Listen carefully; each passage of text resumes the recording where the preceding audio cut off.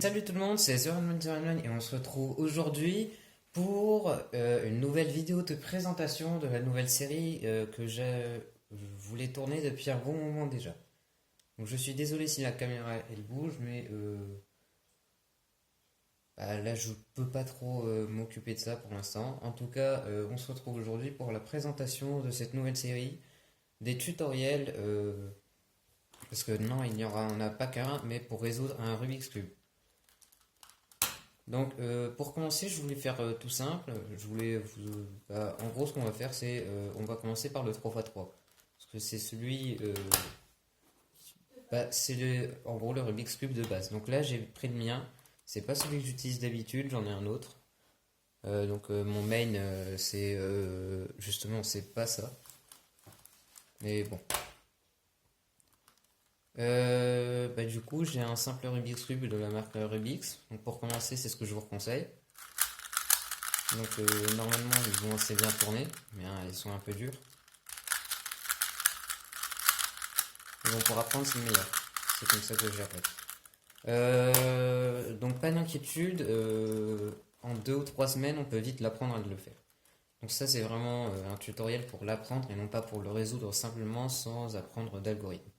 Pour ça je pense que je ferai une autre vidéo. Donc ça va se dérouler dans un certain ordre, les étapes de résolution d'un Rubik's. Donc là je le mélange. Donc, dans l'ordre qu'on va faire pour apprendre, c'est déjà on va faire la croix blanche. Donc je vous reconseille avec le blanc, c'est toujours plus facile. Voilà. Donc comme ça, et de façon à les mettre directement, correctement. Ensuite, l'astuce, ça va être de venir mettre les coins blancs, directement à leurs bons endroits. Et comme ça, en fait, on fera la première face, donc la face blanche. Donc on va faire ce qu'on appelle la première couronne. La troisième étape, ce sera de faire en quelque sorte le milieu. Donc ce qu'on va appeler la deuxième couronne. Donc couronne, en fait, on peut désigner les parties du Rubik's en couronne seulement quand elles sont bien faites. Donc là, voilà, vous voyez que ça c'est bien fait. Du coup, on peut dire que c'est une couronne. Ça, on peut pas le dire. Et bon. Et donc ici, après, on aura tout de bien fait. La quatrième étape, ça va devenir et de former la croix jolie. Même si elle n'est pas correctement positionnée, mais bon, vous voyez que là c'est fait. Et ensuite, la dernière étape, ce sera de terminer et de retourner les coins jaunes. Comme ça. Ensuite, ce qu'on va faire, c'est qu'on va venir positionner les arêtes et les coins. Et on va d'abord commencer par les coins. Donc, vous voyez que là, j'en ai déjà d'autres faits. Alors, du coup, on va utiliser cet algorithme. Ensuite, pour terminer et positionner toutes les arêtes correctement, on aura un autre algorithme. Bien sûr, tous les algorithmes que j'ai utilisés ici, c'est ceux qu'on va utiliser pour le reste des vidéos, même si c'est pas ceux que j'utilise. Donc, c'est un tutoriel assez court quand même. Enfin, c'est pas un tutoriel. Voilà, donc je ferai ces vidéos en 2-3 parties. On verra. Et ensuite, je verrai pour une autre méthode. Mais avant ça, avant de faire une autre méthode pour le 3x3, je ferai des vidéos sur d'autres Rubik's.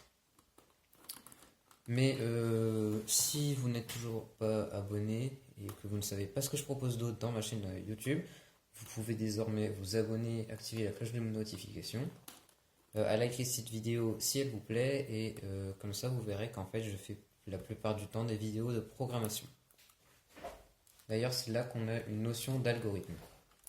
Donc, algorithme, comme en programmation, en fait, c'est une suite d'instructions précises à exécuter dans un ordre donné. Qu'est-ce que ça veut dire? Ça va être qu'en fait, on va d'abord faire un mouvement, et puis un autre, et puis un autre, et comme ça pour résoudre quelque chose. Par exemple, dans cet algorithme simple, je vais venir faire ça, ça, ça, ça, ça et ça. Je détaille pas, mais en gros, voilà, on va faire ça. Donc là, pour résoudre, je vais devoir exécuter un algorithme. donc qui est en fait une suite d'instructions. Donc la suite d'instructions, ça va être en gros R, U2, R', U', R, U', R'. Et donc à l'inverse. Donc en fait, comme en programmation, on va vraiment avoir cette notion où il va falloir exécuter différentes actions pour avoir quelque chose de concret et de joli à la fin. Prenez par exemple un site web. D'abord, ce qu'on va faire, c'est qu'on va venir, on va mettre un titre, on va mettre des paragraphes, ensuite on va mettre des styles, donc par exemple couleur, arrière-plan, police d'écriture, tout ça. Ensuite, on peut rajouter des animations. Dans une application, ce qu'on va venir créer, c'est d'abord une page. Ensuite, on va rajouter des éléments petit à petit. Donc pour à chaque fois tout ça, il va falloir créer différents algorithmes. Donc, comme pour le Rubik's, il y a différents algorithmes pour arriver à la fin. Sachez qu'il y a véritablement donc, un point commun et un point de ressemblance entre le Rubik's et la programmation. Sur ce, je vous dis à plus. C'était The Iron Man, et on se retrouve la prochaine fois pour une nouvelle vidéo.